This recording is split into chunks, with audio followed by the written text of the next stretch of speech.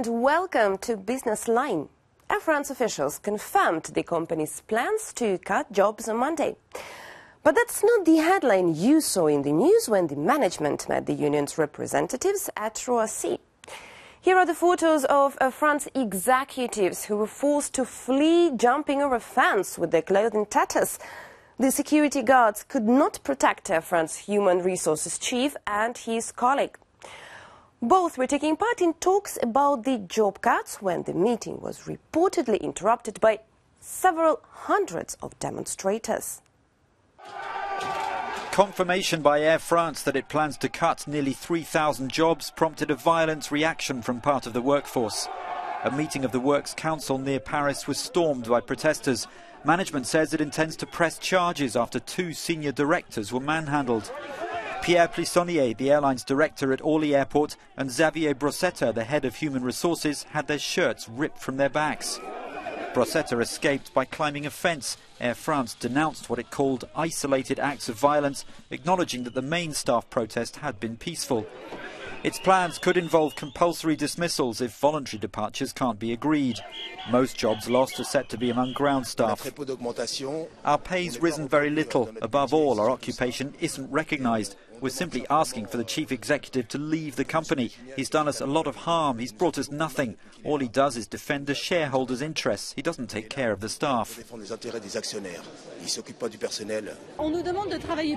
We're being asked to work more. We've already given a lot with the last restructuring plan. Our pay's gone down slightly. We've worked more. Now we're being asked to work more still. We're going to die of it. We can't work any more. The new restructuring plan follows the breakdown of talks with pilot and cabin crew unions. To compete with low-cost rivals, Air France also wants to shed aircraft from its long-haul fleet and cancel orders for new planes. The airline's human resources manager afterwards said what we saw this morning is not the image of the company's employees. France's Prime Minister Manuel Valls said he was outraged by the violence and, along with Economics Minister Emmanuel Macron and Transport Minister Alain Vidali, called for the dialogue. The French government owns a stake in the company and has expressed support for its management in rescuing Air France from its debts. France's political leaders say violence by workers of the country's flag carrier Air France is a national embarrassment that reinforces the very image the country wants to shake off. Monday's protests at Charles de Gaulle Airport were against a cost-cutting plan and swinging job cuts aimed at making Air France more competitive. Pictures of management with their shirts ripped and torn off have featured on the front pages of newspapers across Europe. President François Hollande fears it will tarnish France's image abroad. Ça compte le dialogue social. Social dialogue counts, he says, when that's interrupted by violence and contested in an unacceptable manner. We'll see what effect it has on France's image and attractiveness. Meeting Air France executives on Tuesday, Prime Minister Manuel Valls says the company must not be held to ransom by a minority. Nothing can justify such acts, he says. These are the acts of thugs, and those who perpetrate such acts should be severely punished. Il faudra des sanctions lourdes à l'égard de ceux qui se sont livrés à de tels actes. The Prime Minister says the government supports the Air France management in its effort to turn the company around. He called for negotiations to continue between the airline and its staff. Getting back to growth, that's exactly the aim of a big restructuring planned up to Perform 2020. It also involves the route cuts. But later, the company, which employs around 65,000 staff, said it faced the impossibility of reaching an agreement to implement the productivity measures to restore long-term profitability. In other words, the pilots refused.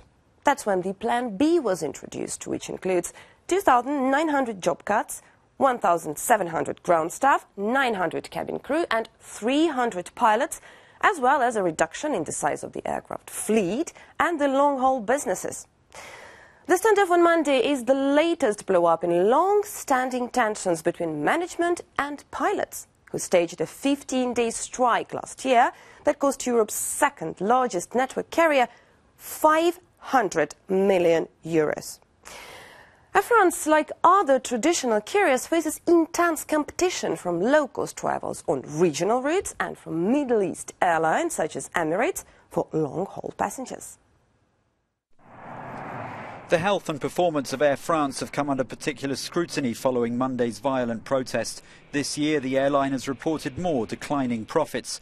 Much of the controversy concerns its restructuring plan known as Perform, coming hot on the heels of the previous, also controversial, Transform programme. Part of the plan involves scaling back its long-haul capacity as it tries to focus on competing with low-cost rivals.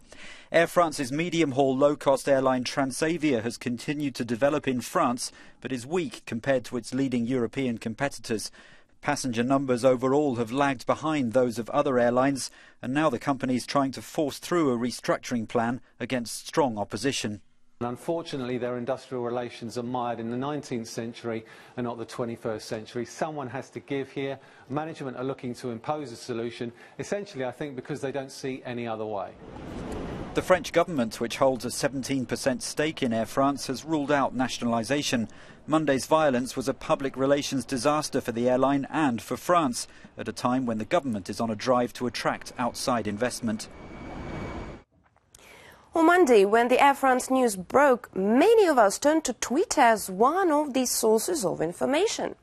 The microblogging site has changed a lot from being just an entertaining platform initially. What hasn't changed is the fact that Twitter isn't really profitable. Now its users aren't as engaged as they used to be, and its user base is showing slower growth.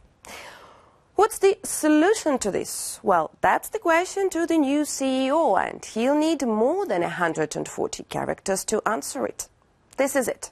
This is IT. After 4 months, 15 search committee meetings and 24 job interviews, Twitter decided to stick with AdJack. Co-founder Jack Dorsey, who's been acting as interim leader ever since Dick Costolo resigned, has been chosen as permanent CEO. The board's decision was made official with a filing to the SEC. But of course, what better way to announce it to the world than to tweet about it? In just 13 tweets, Dorsey did a lot of things. First, he set a few milestones, like the change of the company's board, which he will no longer chair. Second, he says he'll continue to be CEO of his other creature, Square, a company that sells products allowing any smartphone to accept credit card payments. Finally, by mentioning the need to move fast, he hinted at the challenges Twitter faces.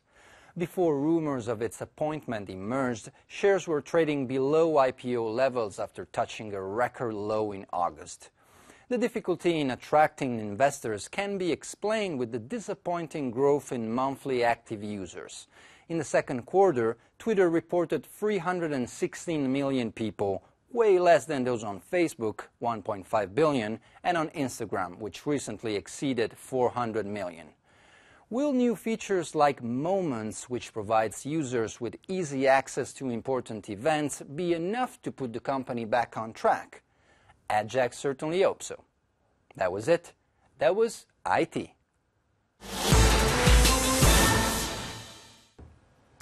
That was it for now. Thank you for watching, and we'll see you next week.